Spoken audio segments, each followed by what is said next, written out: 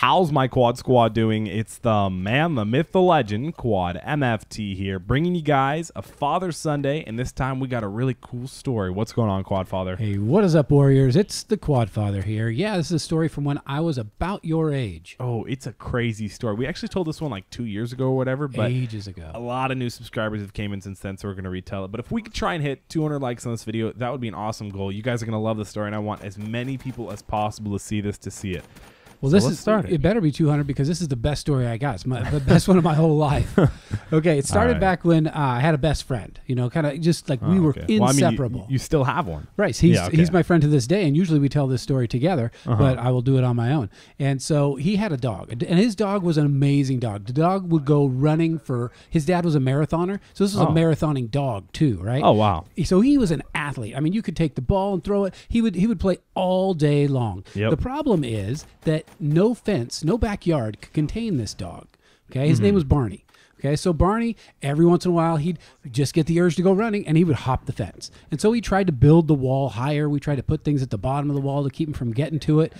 And the big thing was that next door, there was a lady, and the lady had pet bunny rabbits. She had show rabbits. Oh, you know those big floppy eared. You know, she had all different special varieties. bunnies. Yeah, apparently there's a million different kinds of bunnies, and she would take them and show them and win prizes and everything. Well, Barney, you know, he would hop the fence over there, and bunnies are interesting to dogs, so he would inevitably start terrorizing them, right? Because they were in cages, so he would bother them, and the lady came over and over and over. She would come over and say, "Can you do something about your dog?" So we tried putting him on a chain, but you know, he's a running dog. You don't put a running dog on a chain.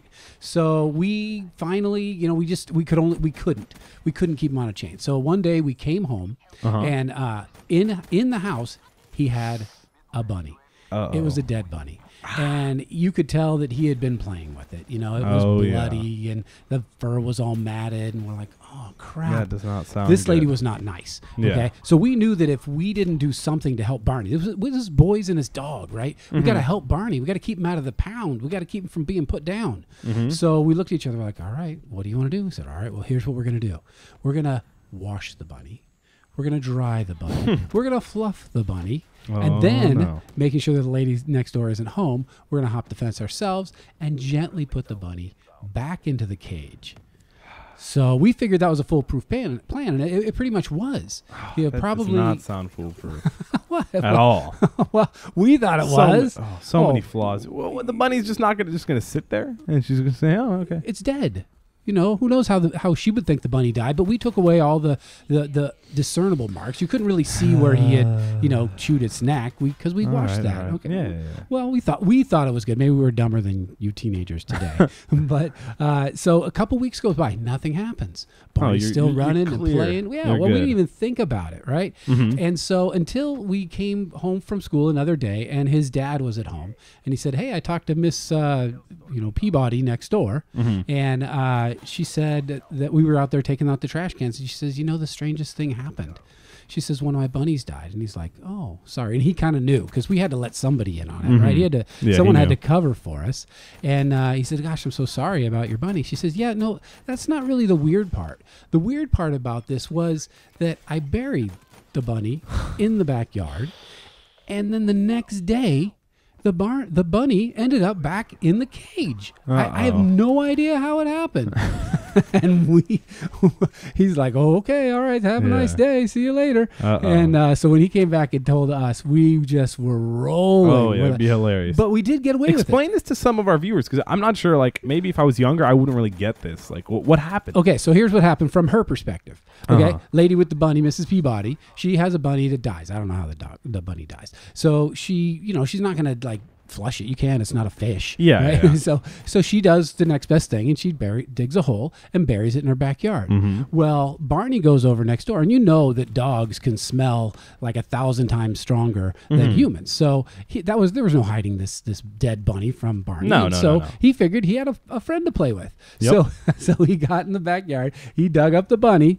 He grabbed it and hopped back over the fence into the house and was just having a good time with his new dead friend. Oh, wow. And when we happened in, and so that's when the story picked up. It's like, okay, well, we got to clean and wash this bunny because we got to save Barney's life. And he actually ended up dying of what I would consider natural causes. He got hip dysplasia from running too many feet. We tried to get Barney some Nikes for his feet, but some fresh new J's. Yeah, well, they don't make them for dogs, so he ended up getting dysplasia. And that just sounds extremely unfortunate. Yeah, and then a bunny jumped over into our backyard, dug him up, and took him back to Mrs. Peabody. No, that part was not true.